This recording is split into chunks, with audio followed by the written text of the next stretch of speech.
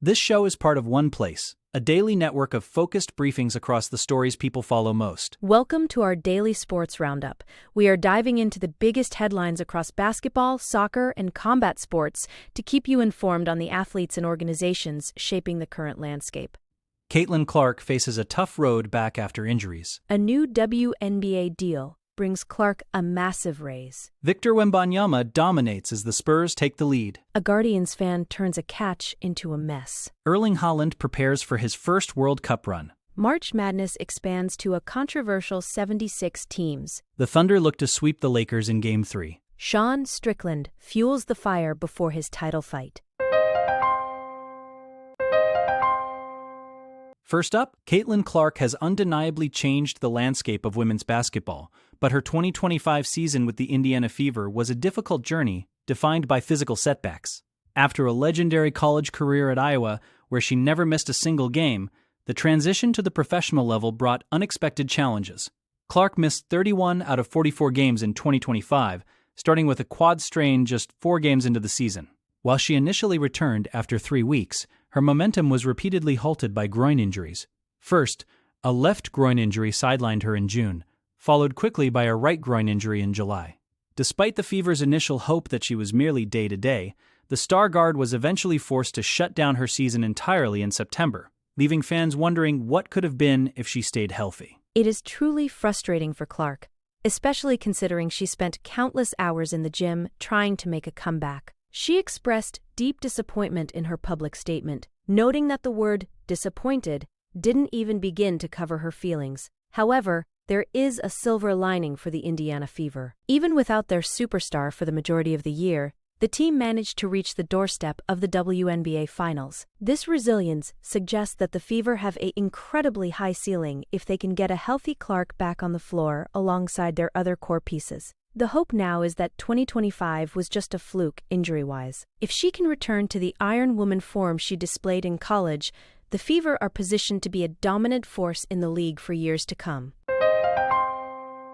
Next up, while the injuries were a setback, the financial future for Caitlin Clark and her peers is looking brighter than ever thanks to a landmark collective bargaining agreement. The WNBA players and owners have agreed to a new deal worth $1 billion over 7 years, which is going to fundamentally change the league's pay structure. For Clark, this means a massive jump in her on-court earnings. In 2025, she was making just over $78,000 on her rookie contract. By 2026, that salary is projected to skyrocket to over $528,000. By 2027, she will be nearing the $600,000 mark. This is a significant shift for a player who, despite making $16 million from endorsements, was earning a relatively modest base salary compared to the massive revenue she generates for the league. The impact of the CBA extends far beyond just Clark. We are seeing rookie salaries increase by as much as 6 times. For instance, the number 1 overall pick in 2026, Azzi Fudd, is set to earn $500,000 right out of the gate. Other stars like Aaliyah Boston and Paige Buchers are also seeing their projected earnings jump into the mid-500,000 range. The deal also introduces a higher salary cap for teams and better facilities for the players. While Clark won't hit the maximum salary of $1.4 million until she reaches free agency in a few years, this new structure ensures that the league's top talent is being compensated much more fairly. It is a huge win for the players who have fought for a larger share of the league's growing success. Now to the NBA. Victor Wembanyama continues to prove he is a generational talent, leading the San Antonio Spurs to a crucial 115-108 victory over the Minnesota Timberwolves.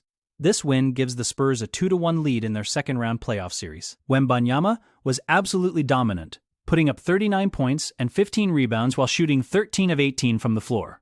His defensive presence was just as impactful, as he recorded 5 blocks and completely altered the Timberwolves' offensive strategy in the paint. Even when he faced foul trouble in the fourth quarter, Wembanyama didn't back down, scoring 16 points in the final frame to seal the win.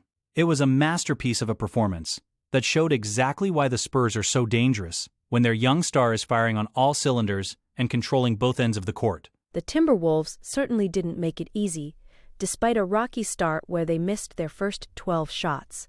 Anthony Edwards was heroic, returning from a deep bone bruise to score 32 points and grab 14 rebounds. Minnesota actually managed to tie the game at halftime, but they couldn't overcome the Spurs' hot shooting in the third quarter. Wembanyama's length was a nightmare for players like Julius Randle and Jaden McDaniels, who struggled to find any rhythm near the rim. The Spurs also got great contributions from De'Aaron Fox and Stephon Castle, who provided the necessary support to keep the lead intact. With Game 4 staying in Minneapolis, the Timberwolves are under immense pressure to figure out how to bypass Wembanyama's defense. If they can't find a way to neutralize his paint deterrence, this series might head back to San Antonio with the Spurs in total control.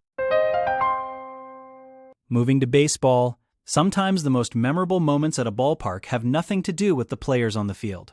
On Thursday afternoon, a Cleveland Guardians fan became an internet sensation for all the wrong reasons during a foul ball attempt. Trying to make a spectacular one-handed catch at full extension, the fan not only missed the ball but managed to commit the ultimate party foul. In his excitement, he spilled a massive 25-ounce stadium beer all over the woman sitting next to him. To make matters worse, the beer completely drenched a tray of loaded ballpark nachos.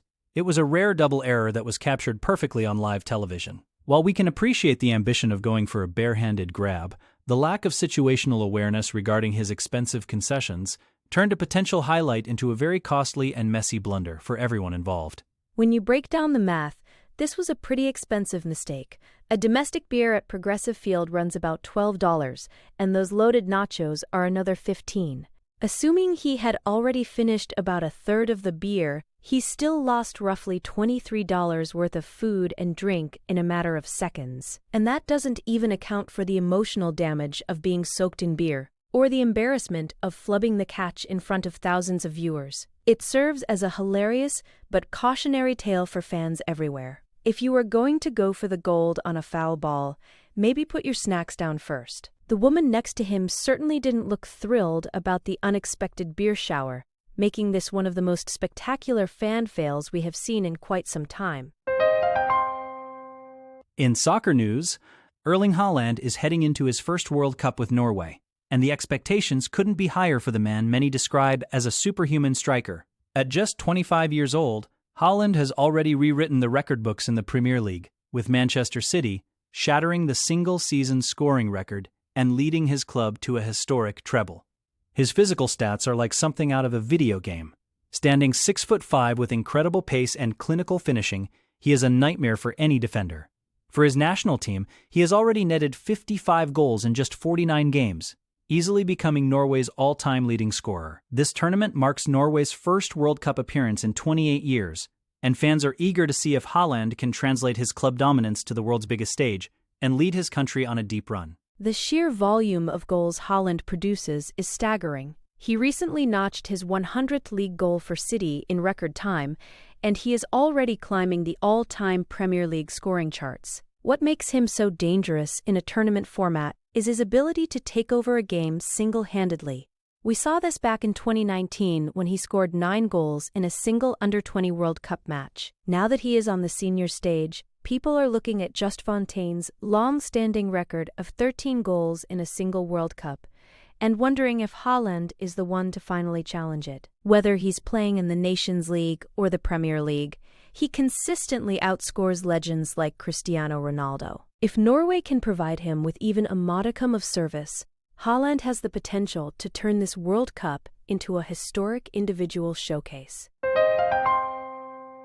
Next story. The NDCA has sparked a wave of criticism by announcing that the March Madness tournament will expand to 76 teams starting in 2027. This move expands the first 4 concept into a first 6, adding 8 more teams to the play-in portion of the bracket. While the NCAA claims this provides more opportunities for student athletes, many fans and analysts feel it pointlessly bloats a field that was already perfectly balanced. The expansion effectively eliminates the bubble as we know it, potentially allowing teams with mediocre records to sneak into the tournament. Critics argue this waters down the regular season and ruins the aesthetic beauty of the traditional 64-team bracket. It seems the decision was driven less by the quality of the sport and more by the desire to maximize media value and corporate revenue through additional televised games. The financial incentives are hard to ignore. Broadcast rights for the tournament recently topped $1 billion, and the NCAA is looking to squeeze every bit of value out of their deal with CBS and Warner Brothers. Discovery. SVP of basketball Dan Gavitt admitted that 76 teams is likely the maximum they can fit into the current timeframe, noting that the expansion was necessary to optimize media value. He tried to downplay the profit motive by mentioning the high costs of travel and hosting, but most observers see this as a clear cash grab. By adding more games, the NCAA ensures more advertising slots and higher viewership escalators. Unfortunately for the purists who love the high stakes of the bubble watch, the tournament is becoming a bit too inclusive, potentially rewarding mediocrity for the sake of a few extra $1 million in the bank. Back to NBA, the Oklahoma City Thunder are currently the hottest team in the NBA, entering Game 3 against the Lakers on a 6-game winning streak. They haven't lost a game in nearly a month, sweeping the Suns in the first round and taking a commanding 2-0 lead over Los Angeles.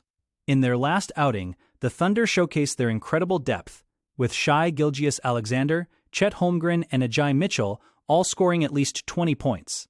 They also got a massive boost from their bench, with Jaren McCain and Cason Wallace providing double-digit scoring. The Thunder's ability to distribute the ball and find scoring from multiple sources has made them nearly impossible to defend. They aren't just relying on one superstar, they are playing a cohesive, team-oriented style of basketball that has the Lakers searching for answers as the series shifts to Los Angeles. For the Lakers, the situation is becoming dire. They have lost 4 of their last 5 games and are struggling to keep up with the Thunder's pace and versatility. One bright spot was the return of Austin Reeves, who put up 31 points in Game 2 after missing time with an injury. However, the Lakers were dominated on the boards, and they need a much stronger performance from their front court if they want to avoid a sweep. DeAndre Ayton struggled in the last game, and the team needs him to be a more active presence in the paint to limit the Thunder's second-chance opportunities. If the Lakers can control the glass and find a way to slow down OKC's balanced attack, they might have a chance to climb back into this series. But right now, the Thunder look like a juggernaut that is firing on all cylinders. Finally, in UFC, the tension ahead of UFC 328 has reached a breaking point as Sean Strickland and Khamzat Chimaev prepare for their middleweight title clash. During the weigh-ins in Newark, Strickland wasted no time attacking the champion, claiming that Chimaev didn't actually make the 185-pound weight limit. Chimaev did officially hit the mark, but he appeared to be struggling significantly with the cut, which Strickland was quick to point out during their ceremonial face-off. This follows a chaotic week where the two had to be separated at a press conference after Chimaev attempted to kick Strickland. Strickland has been using his typical unfiltered approach on the microphone, calling Chimaev a coward and doing everything possible to get inside the champion's head before they step into the octagon on Saturday night. Chimaev, for his part, has remained relatively quiet in the face of Strickland's verbal onslaught. He simply stated that he will show everyone the truth on Saturday night, preferring to let his fighting do the talking. The unbeaten champion is facing a unique challenge in Strickland, who is known for his relentless pressure and psychological warfare. The card at the Prudential Center also features a flyweight title defense by Joshua Van against Tatsuro Taira, but all eyes are on the main event. If Chimaev's weight cut truly was as difficult as it looked, it could play a major factor in his cardio during the later rounds. Strickland is betting that he can break the champion both mentally and physically, while Chimaev is looking to prove that all the talk in the world won't save the challenger once the door closes. That wraps up our sports briefing for today. Be sure to check back tomorrow for more updates on these stories and other major developments from across the world of sports.